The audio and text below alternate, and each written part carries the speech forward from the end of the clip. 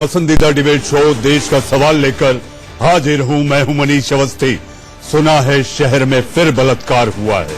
ये सुनकर आपको भले जैसा लगे, मगर नेताओं के लिए तो बलात्कार एक अवसर बन जाता है अपनी सियासत चमकाने का, जो आज लखनऊ से लेकर उन्नाव तक देखने को मिला।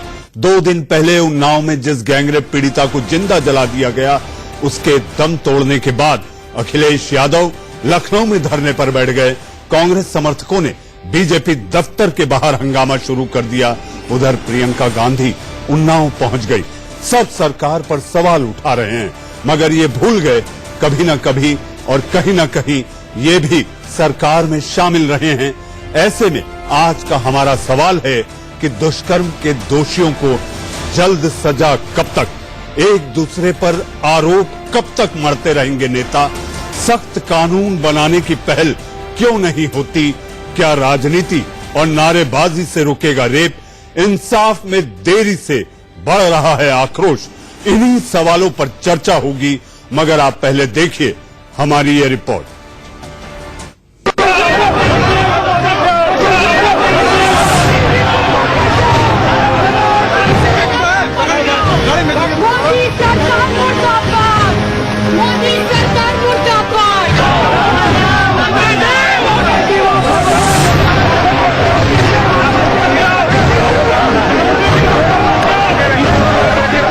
उन्नाव में मातम पर सियासत का हंगामा।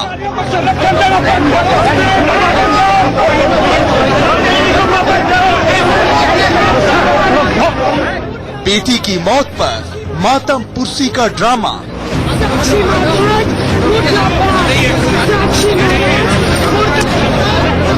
यूपी के पीपली लाइव में आपका स्वागत है।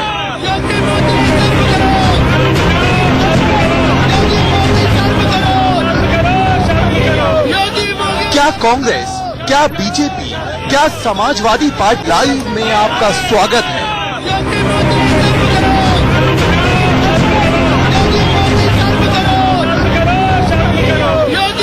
क्या कांग्रेस, क्या बीजेपी, क्या समाजवादी पार्टी? उन्नाव के उस गांव को इन पार्टियों ने पीपली लाइव बना दिया, जहां 2 दिन पहले एक गैंगरेप पीड़िता को जिंदा जला दिया गया था और तमाम कोशिशों के बाद भी उसे बचाया नहीं जा सका। मातम में डूबा गांव दिल्ली से लड़की के शव पहुंचने का इंतजार कर रहा था। तभी लंबी चौड़ी गाड़ियों का काफिला देखकर लोग ठिठक गए, मगर जैसे ही उसमें सवार लोगों पर नजर पड़ी, गुस्से की आग भड़क पड़ी।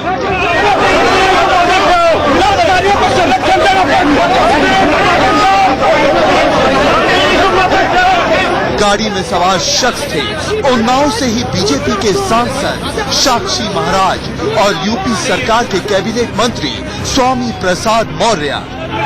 योगी मोदी सर्व करो, योगी मोदी सर्व करो। वापस जाओ के नारे लगाते हुए लोग ये पूछे जा रहे थे कि आखिर आप तब कहाँ थे जब 4 महीने तक पुलिस ने केस दर्ज नहीं किया?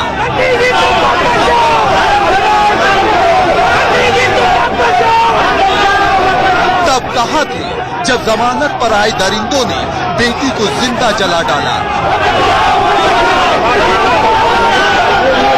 और आपकी ये पुलिस तब कहाँ थी जब आग में जलते हुए उस बेटी ने पुलिस को फोन लगाकर मदद की गुहार लगाई थी?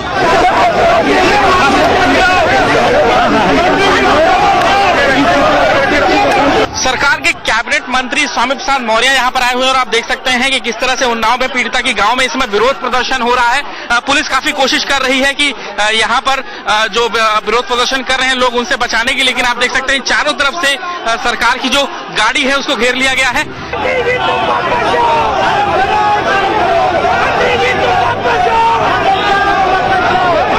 विरोध बढ़ता देख मंत्री और सांसद महोदय को 10 मिनट के भीतर बैरंग लौटना पड़ा। साक्षी महाराज मुर्दाबाद, साक्षी महाराज मुर्दाबाद, साक्षी महाराज। जो जाते जाते बयानों से वाहवाही लूटने की आखिरी कोशिश करते दिखे। अपराधी बख्शे नहीं जाएंगे, उनको कड़ी से कड़ी सजा मिलेगी। इसीलिए फास्ट ट्रैक कोर्ट का गठन किया जाने का निर्णय लिया है। जो पीड़ित लड़की ने बयान दिया है, बयान में जिसका भी नाम लिया है वो सब कानून के तहत चलेंगे। आज हम सब लोग मुख्यमंत्री के आदेश से यहाँ पर आए हैं। कड़ी से कड़ी कार्रवाई उनके खिलाफ तो होगी जो 5 अरेस्ट किए गए हैं। अगर कोई और भी बदतमीजी करने का प्रयास होगा, हम लोगों ने सामूहिक रूप से मंत्री जी ने और हमने डीएम एसपी को निर्देशित किया है, उसे भी अरेस्ट किया जाए, उसके भी खिलाफ कार्रवाई की जाए, किसी को भी बख्शा नहीं जाएगा। बताया जा रहा है कि विरोध करने वाले कांग्रेस के कार्यकर्ता थे, जिनकी नेता प्रियंका गांधी सबसे पहले ही यहां पहुंचकर बाकी दलों से लीड ले चुकी थी। पीड़ितों के आंसू पोंछकर उन्हें अपना बना लिया था।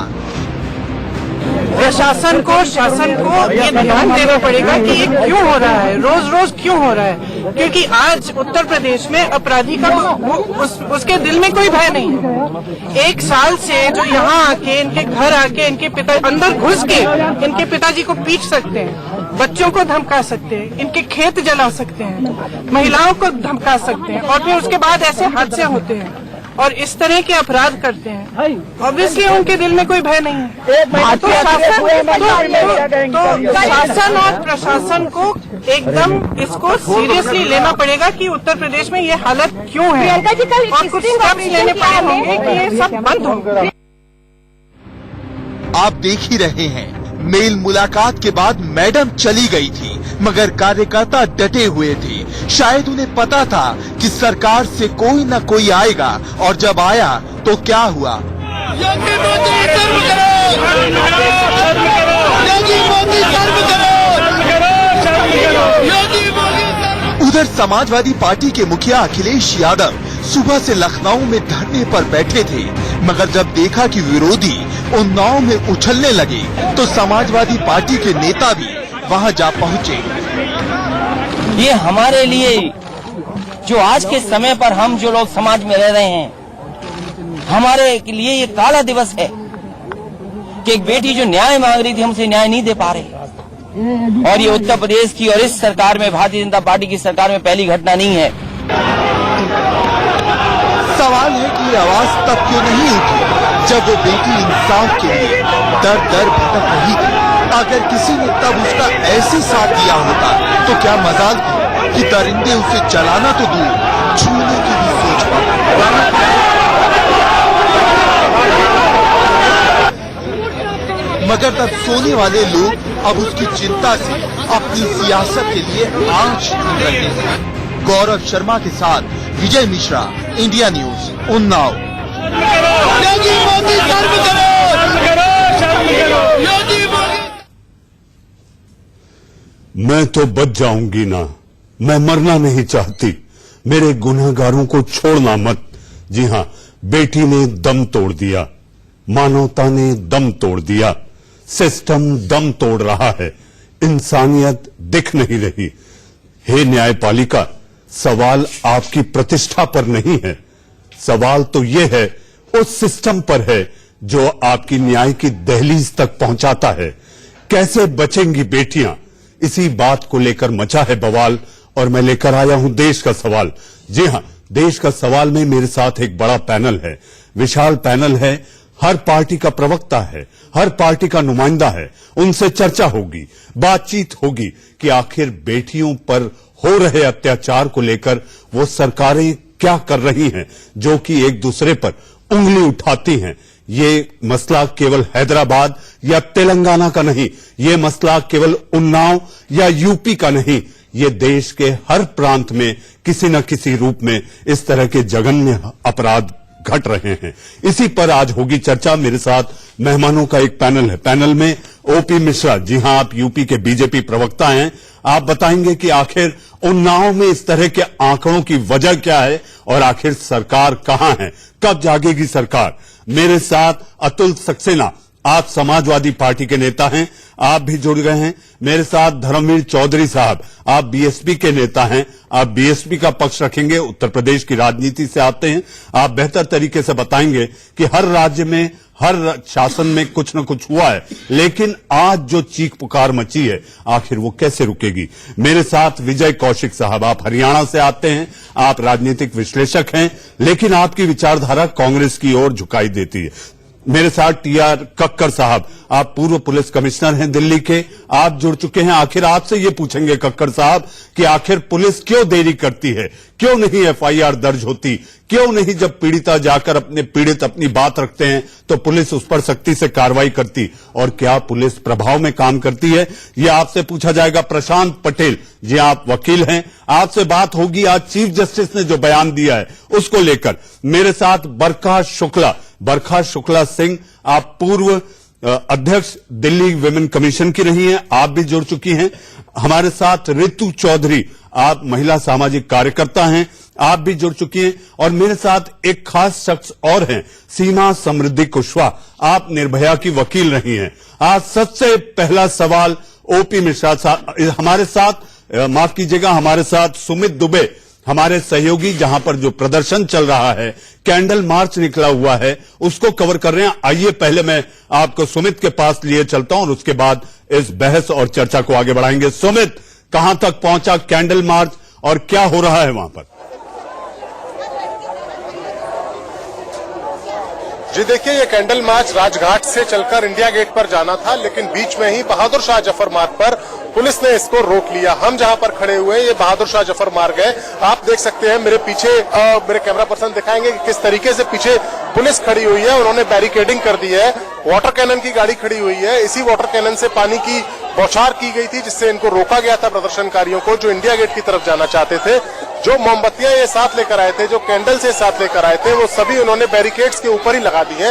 ये साफ साफ दिखाई दे रहा है कि कैसे बैरिकेड्स के ऊपर उन्होंने मोमबत्तियां लगा दी हैं। एक तरफ पुलिस है, दूसरी तरफ ये प्रदर्शनकारी हैं जो कैंडल मार्च निकालना चाह रहे थे, लेकिन इनको इंडिया गेट जाने से पहले ही बहादुर शाह जफर मार्ग, जो कि आईटीओ के पास है दिल्ली में, वहां पर उन्हें रोक दिया गया है। तो इस तरीके से अभी जो सिचुएशन है मनीष, वो ये है कि ये बाहर आगे जाना चाहते थे, इनको नहीं जाने दिया गया। एक तरीके से यहाँ रुके हुए हैं, पीछे पुलिस है, इधर ये प्रदर्शनकारी है जो कि मोमबत्ती लेकर यहाँ खड़े हुए हैं, यहीं पर नारेबाजी हो रही है। और जितनी भी ये जो बैरिकेडिंग है इधर इस साइड में अगर हम देखना चाहें तो यहाँ भी देख सकते हैं कि किस तरीके से मोमबत्तियां सभी इन बैरिकेडिंग्स पर ही लगा दी गई हैं। जो मोमबत्तियां इंडिया गेट पर इन्हें जलानी थी, जो कैंडल मार्च इंडिया गेट पर जाकर निकालने वाले थे, वो सारे कैंडल मार्च पूरा यहीं पर खत्म हो गया है, ऐसा लग रहा है। थोड़ी देर पहले यहाँ पर पुलिस ने बल प्रयोग किया था, वाटर कैनन की बौछार की थी, जिससे इनको रोका गया था। एक महिला हमारे साथ है, उनसे बात करने की कोशिश करते हैं कि क्या हुआ था यहाँ पर जब आप जाना चाह रहे थे। सर, हम लोग जब कैंडल मार्च करके आए थे और हमने इनसे वादा किया था पुलिस से कि हम ऐसी कोई बदतमीजी नहीं करेंगे। बच्चे हैं, इनको चलने दीजिए, क्योंकि रोष सबके दिलों में है, सबके घरों में माँ बेटियां हैं। हम अपने देश, हम पुलिस वालों के लिए सुमित आपके पास दोबारा लौटेंगे, सुमित आपके पास दोबारा लौटेंगे, सुमित आपके पास दोबारा लौटेंगे ताजा अपडेट के लिए। हम वापस एक बार फिर अपनी बहस की ओर और चर्चा की ओर बढ़ते हैं। और सबसे पहला सवाल ओपी मिश्रा जी आपसे, आप उत्तर प्रदेश से आते हैं, वहां पर आपकी सरकार है, सरकार ने कई कीर्तिमान स्थापित किए एनकाउंटर के, मुझे याद आता है, आंकड़े बोलने की जरूरत नहीं है, यूपी के नेता बैठे हुए यहां पर। मेरा ये कहना है उन्नाव से लखनऊ, लखनऊ से दिल्ली सियासी बवाल मचा हुआ है। कांग्रेस हो, बीजेपी हो, एसपी हो, बीएसपी हो, सब चले उन्नाव की ओर। जी हां, ये सहानुभूति है या सियासत? देखिए मनीष जी, हम जिस घटना पे बहस कर रहे हैं निश्चित रूप से एक बहुत ही दुर्भाग्यपूर्ण, बहुत ही घृणित अपराध है इस समाज में। तो ये हम इसको पूरी एक सामाजिक कुरीति के रूप में देखते हैं। इसमें पार्टी से ऊपर उठ के और राजनीति से ऊपर उठ के बात करने की जरूरत है।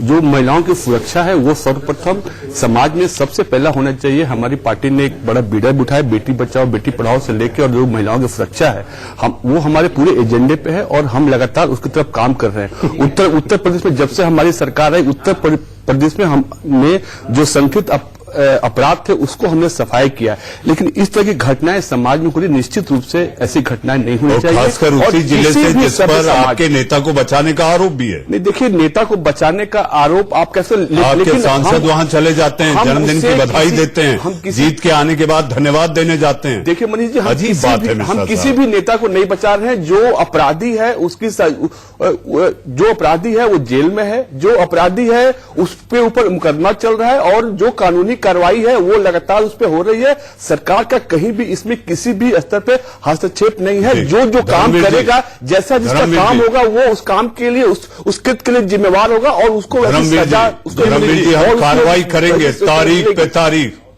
देखिए मनीष जी, ये बेहद शर्मनाक है।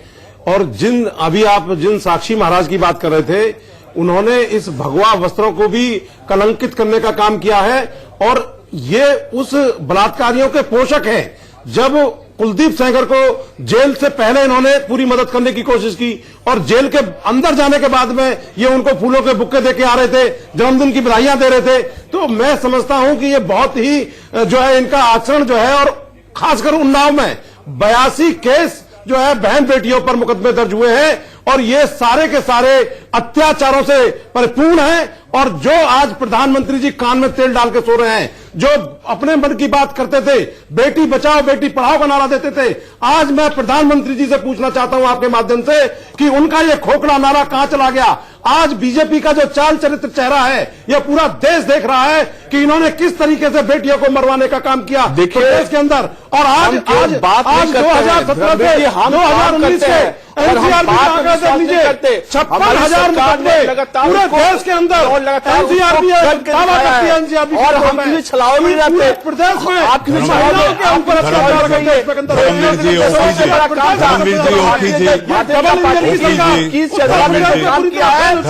आपके मेहमानों के और मेरे साथ और भी मेहमान हैं। धर्मवीर जी मेरे साथ और भी मेहमान हैं। मिश्रा जी मेरे साथ और भी मेहमान हैं। मुझे उनको बहस में लाना है।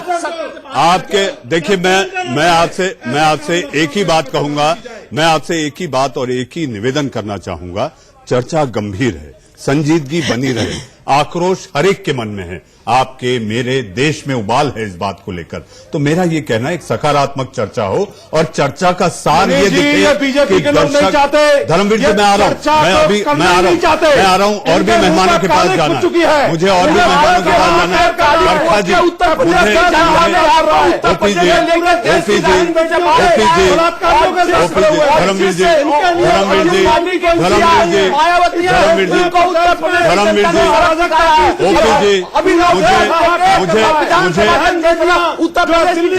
मुझे और मेहमानों के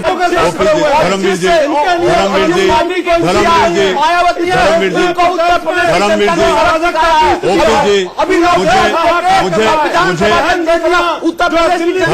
मुझे और मेहमानों के पास जाना है, मुझे और मेहमानों के पास जाना है, मुझे और मैं आप दोनों के लिए बहस नहीं है कि ये बहस केवल आप दोनों के लिए नहीं है, ये बहस केवल आप दोनों के लिए नहीं है, ये बहस मिश्रा जी ये बहस केवल आप दोनों के लिए नहीं है। सदन में आप उनका भी सम्मान करें जो यहाँ बैठे हैं, आपके साथ बैठे हैं। धर्मवीर जी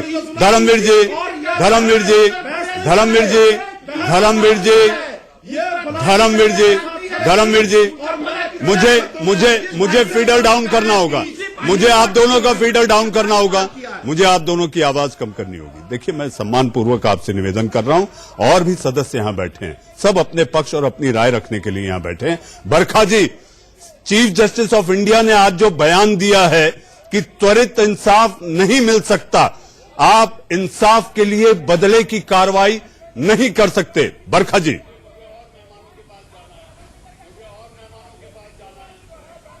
देखिए, ये आज का जो ये मुद्दा है उन्नाव का मुद्दा नहीं, ये पूरे हिंदुस्तान का मुद्दा है और बहुत ही अफसोस है। बहुत ही अफसोस के बाद आज ये कहना पड़ रहा है कि हम 21st सेंचुरी में चल रहे हैं, उसके बावजूद भी हमारी बहू बेटियां, हमारी बहनें, हमारी बच्चियां सुरक्षित नहीं हैं। मैं यहाँ पे चाहे वो तेलंगाना हो या उन्नाव हो या राजस्थान हो या बीकानेर हो या कोई भी हो, हिंदुस्तान का कोई भी हिस्सा हो, हर जगह इस तरह से, जिस तरह से हमारी बेटियों के साथ में बर्ताव हो रहे हैं। मैं यहाँ पे सिर्फ ये कहना चाहूंगी, जो हमारे पैनलिस्ट यहाँ पे बैठे, पहले तो वो बहुत जोरों जोरों से आप लोग आपस में जो डिस्कशन लड़ाइयां हैं वो इसी डिबेट से बाहर भी कर सकते हैं, डिबेट में ही मत करिए, यहाँ पे मुद्दे की बात करिए, बहुत कम टाइम होता है, काम की बात करिए। मैं सिर्फ ये कहना चाहूंगी कि जो देखिए, हमाम में सब नंगे हैं, मैं किसी एक सरकार की बात नहीं कर रही हूँ, मैं किसी एक सरकार की बात नहीं कर रही हूँ, यहाँ सारे नुमाइंदे बैठे हैं आपके चैनल पर, सब सरकारों के नुमाइंदे बैठे हैं। मैं किसी एक की बात नहीं कर रही हूँ। हमाम में सब नंगे हैं, तो इसलिए आप अपने अपने कोई इस तरह की बातें बरखा जी, मैं आपके पास आऊंगा। जैसा आपने कहा कि यहाँ मेहमानों का एक बड़ा पैनल है, मेरे साथ कक्कड़ साहब हैं। जी, आप दिल्ली के पूर्व पुलिस कमिश्नर रह चुके हैं, पुलिस आयुक्त रह चुके हैं। कक्कड़ साहब, क्या पुलिस का भी कानून और संविधान से भरोसा उठ गया है कि इस तरह के इंसाफ दिलाने के लिए एनकाउंटर होते हैं? और आज जो मुख्य न्यायाधीश ने कहा है, सर्वोच्च अदालत के न्यायाधीश शरद बोबड़े ने जो कहा है, आपको लगता है कि ये बात जो है, जस्टिस भी जानते हैं कि हैदराबाद को लेकर इसके बड़े दुर्गामी परिणाम हो सकते हैं?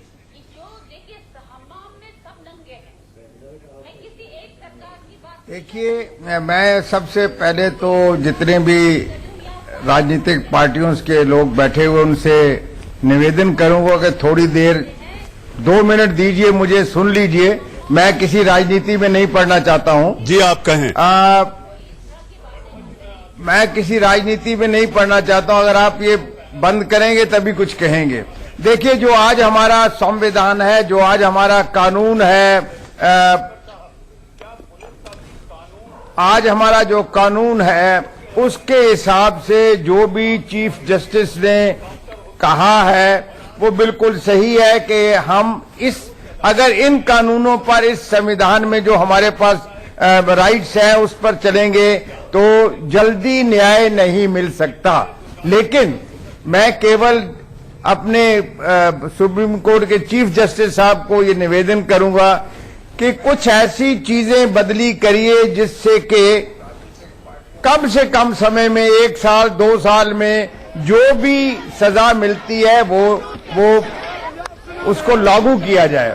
अब ये कैसे होगा, ये तो पार्लियामेंट मेंबर्स के ऊपर है और न्याय प्रणाली के ऊपर है। अब आपने मेरे से पहले एक प्रश्न किया था कि क्या पुलिस के काम में हस्तक्षेप होता है?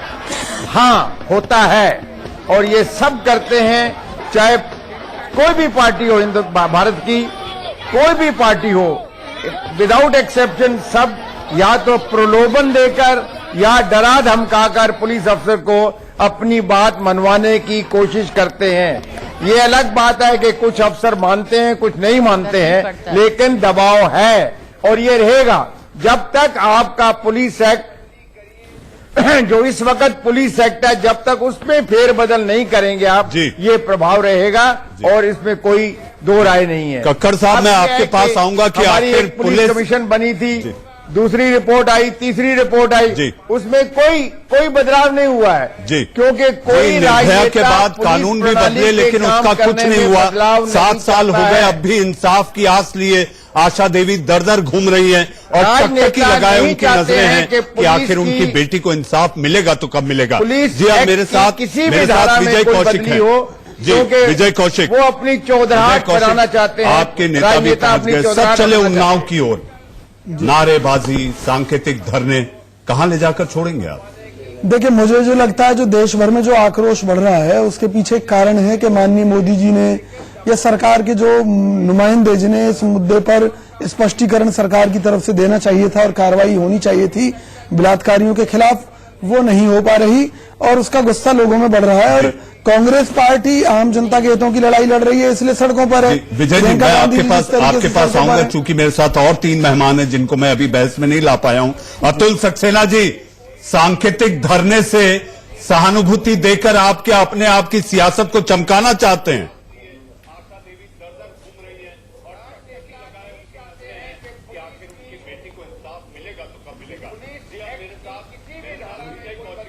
अतुल सक्सेना जी, मेरी आवाज उन तक नहीं पहुंच रही है। मेरे साथ 2 वकील रह गए। जी हां, प्रशांत पटेल और समृद्धि। जी हां, मेरा आपसे सवाल है समृद्धि, आप निर्भया की वकील रही हैं। इतना सब कुछ बात हुई, चीख पुकार मची, बवाल मचा, कानून में बदलाव किया गया। हमारे सामने तो भंवरी देवी आज भी सामने है, लेकिन वही ढाक के 3 पार। और आज चीफ जस्टिस कहते हैं त्वरित न्याय नहीं हो सकता। हे न्यायपालिका, मेरा आपकी प्रतिष्ठा पर सवाल नहीं, कृपया ध्यान से सुनिए। न्यायपालिका की प्रतिष्ठा पर मैं सवाल नहीं कर रहा, लेकिन जो मुख्य न्यायाधीश ने कहा है उस पर बातचीत हो रही। देखिए सर, हम प्रतिष्ठा पे सवाल नहीं कर रहे हैं, बट हम सिस्टम पर तो सवाल खड़े कर सकते हैं। जब ये निर्भया कांड हुआ, देश में सभी लोग कैंडल मार्च लेकर के निकल रहे थे, चीफ जस्टिस ऑफ इंडिया के स्टेटमेंट आ रहे थे, पॉलिटिशियन के स्टेटमेंट्स आ रहे थे, उसके बाद हमें ये समझना पड़ेगा, हमें रिएक्ट करना आता है। सीमा जी मुझे एक छोटा सा ब्रेक लेना है। सीमा जी, अतुल सक्सेना और प्रशांत पटेल के पास देश का सवाल में ये चर्चा जारी है। एक छोटे से ब्रेक के बाद आप बने रहिए। देश का सवाल इंडिया न्यूज पर, देश की धड़कन।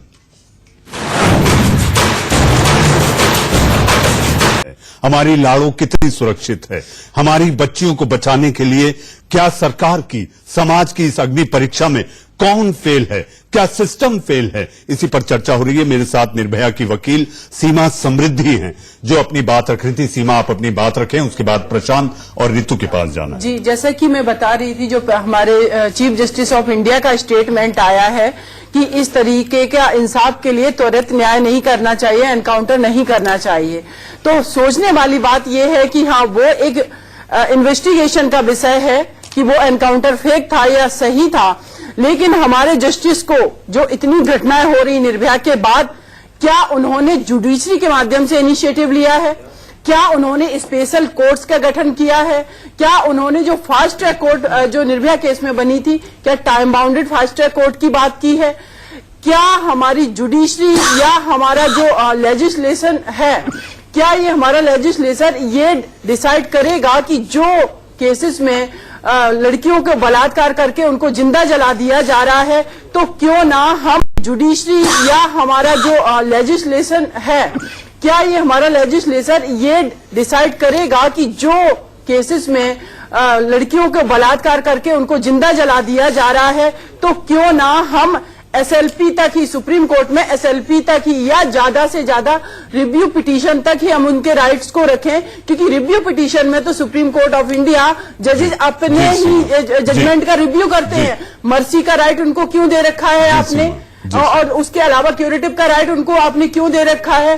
पहली बात, ये जुडिशियल सिस्टम के लूप होल्स हैं और इन लूप होल्स का बेनिफिट उठा रहे हैं लोग। इसीलिए 7 साल बाद भी हम इस देश को मैसेज नहीं दे पाए हैं कि हम देश की बेटियों को न्याय दिलाने के लिए प्रतिबद्ध हैं। और जो डेथ सेंटेंस का प्रोविजन है, क्या वो डेथ सेंटेंस का एक भी एग्जीक्यूशन हुआ है? और अगर एग्जीक्यूशन नहीं हुआ है सर, तो मैं एक और बात प्रशांत पटेल भी हैं। अगर डेथ सेंटेंस का सर एग्जीक्यूशन नहीं हुआ है, तो उसका पर्पज है क्या? देश के अंदर डिटरेंस क्यों नहीं पैदा हो रहा है? सीमा जी, हमारे साथ प्रशांत भी हैं। प्रशांत, जिस तरह से सीमा ने निर्भया की बात की, आप भौरी देवी याद करें, 27 साल पहले का केस है। 5 आरोपी थे, 5 में से 4 तो मर भी गए, लेकिन इंसाफ अभी तक नहीं हुआ। उसमें विशाखा गाइडलाइन भी आई, सब जानते हैं। लेकिन आज जो चीफ जस्टिस ने कहा है, वो ये कहा है कि सीधे तौर पर आप इंसाफ के लिए बदले की कार्रवाई नहीं कर सकते। प्रशांत, देखिए, चीफ जस्टिस ने कहा कि बदले की कार्रवाई से न्याय नहीं मिलता, लेकिन आप ये देखिए कि ये परिस्थितियां क्यों उत्पन्न हुई। न्यायपालिका की अकर्मण्यता के कारण इतना डिले होता है। निर्भया केस में देख लिए 7 साल हो गए, अब वो लोग मर्सी पिटीशन दाखिल कर रहे हैं। 2006 में सुप्रीम कोर्ट का जजमेंट आया पुलिस सुधार का। सभी राज्यों ने उस सुधार को करने की वजह 17 राज्यों ने अपने अपने अधिनियम बना लिए ताकि जो सुप्रीम कोर्ट का आदेश था उसको डाइल्यूट किया जा सके। ये लगातार चीजों में डिले हो रहा है। फास्ट ट्रैक कोर्ट्स में जजेस की कमी है और ये घटनाएं जब भी लगातार होती है, कुछ दिन डिबेट्स होता है, उसके बाद सब शांत हो जाता है। ये जो डिले की प्रक्रिया, इसको ये कमी होनी चाहिए। हमने देखा कि धनंजय चटर्जी के बाद किसी भी मामले में रेप आरोपी को फांसी की सजा नहीं हुई। जब तक हमें कोई ऐसा मैसेज नहीं देंगे, कोई उदाहरण नहीं सेट करेंगे, तब तक लोगों के मन में भय व्याप्त नहीं होगा और ये इस तरह की घटनाएं होती रहेंगी, जिसमें न्यायपालिका को त्वरित कार्रवाई की आवश्यकता है। धर्मवीर जी, मैं आता हूं, हमारी एक मेहमान अभी तक नहीं, उनको इंट्रोड्यूस करता हूं। रितु चौधरी, आप महिला सामाजिक कार्यकर्ता हैं। दुनिया भर के बड़े बड़े मुल्क इन दिनों अपने भारत आने वाले पर्यटकों के लिए लिख रहे हैं कि एडवाइजरी जारी कर रहे हैं। हमारे देश में जाने से पहले जरा जो ये घटनाएं हो रही हैं, इसका जिक्र कर रहे हैं। कितना बड़ा बदनुमा दाग है हमारे देश में। जी, बहुत बदनुमा दाग है हमारे लिए। और जब से मोदी सरकार आई है, तब से तो ये जंगल राज स्थापित हो गया इस देश में। हमारे साथ बीजेपी के प्रवक्ता मौजूद हैं। मैं उनसे एक सवाल करना चाहती हूँ कि आप बेटी बचाओ का नारा लेके आए थे, आप फिर गाय, गोबर, गोमूत्र, ये आपका मुद्दा कैसे बन गए?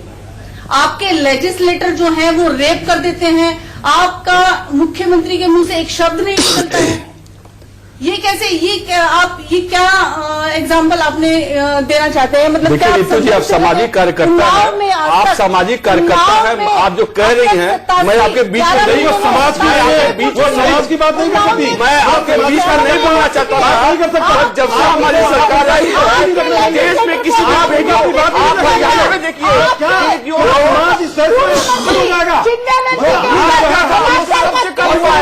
बेटियों को बचाने के लिए और हमारी सरकार ने पीछे की 70 साल में किसी की सरकार ने उन बेटियों के बारे में सोचा जो भ्रूण हत्या हो रही थी, जो सामाजिक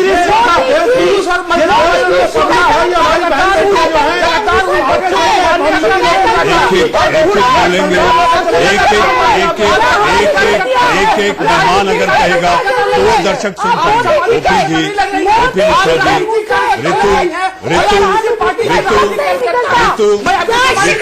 ये दर्दनाक दास्तान पर चर्चा हो रही है। दर्दनाक दास्तान जो हमारे देश में लगातार घट रही है उस पर ये चर्चा हो रही है।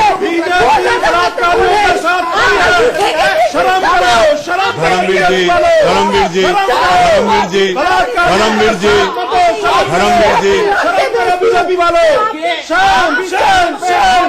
धर्मवीर जी, धर्मवीर जी, ओपी जी, ऋतु, मुझे और भी मुद्दे हैं। मेरे पास और भी सवाल है जो आप तक लाना है। मेरे पास और भी सवाल हैं जो आप लोगों से पूछने हैं। मेरे पास और भी सवाल हैं जो आप लोगों से पूछने हैं।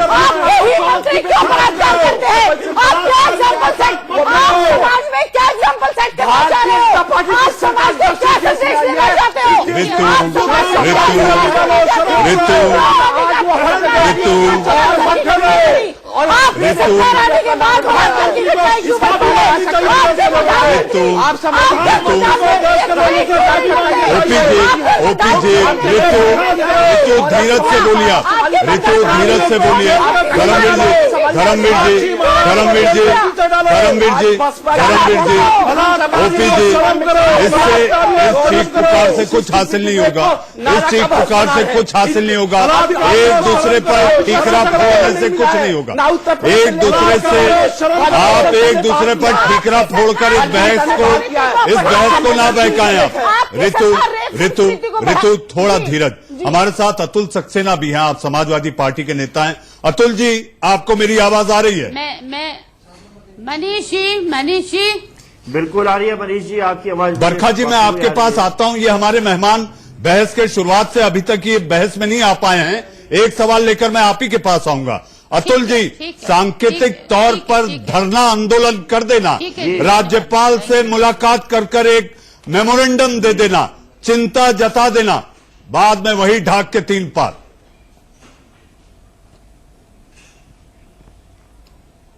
मनीष जी, सांकेतिक धरना जिसकी आप बात कर रहे हैं, जो माननीय राष्ट्रीय अध्यक्ष अखिलेश जी को आज करना पड़ा, ये कितनी पीड़ा उनके दिल में और समाजवादियों के दिल में है, ये शो करता है। और आप ये देखिए कि जो उत्तर प्रदेश में जो सरकार है वो आदमखोर सरकार है। उत्तर प्रदेश के जो मुख्यमंत्री है योगी जी आदित्यनाथ जी, वो जो एक्यूज है उन्हें संरक्षण, घटनाएं आपके शासनकाल में भी हुई हैं अतुल जी, ये ना भूलें आप। बीजेपी के प्रवक्ता बैठे हैं, वो नेता है जिस पार्टी के राष्ट्रीय अध्यक्ष ने कहा था कि जो रेप करते हैं वो बच्चे हैं, गलतियां हो जाती हैं, फांसी से एक सेकेंड ओपी जी उनको अपनी राय रखने दीजिए। ओपी जी उनको अपनी राय रखने दीजिए। मिश्रा जी, ये ठीक नहीं, ये बिल्कुल ठीक नहीं।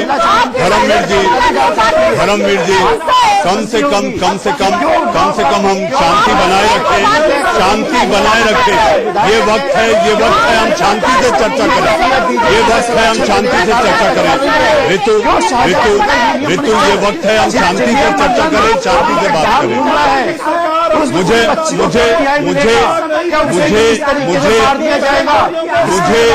इसके अलावा मनीष जी मुझे आप दोनों का फीडर डाउन करना पड़ेगा।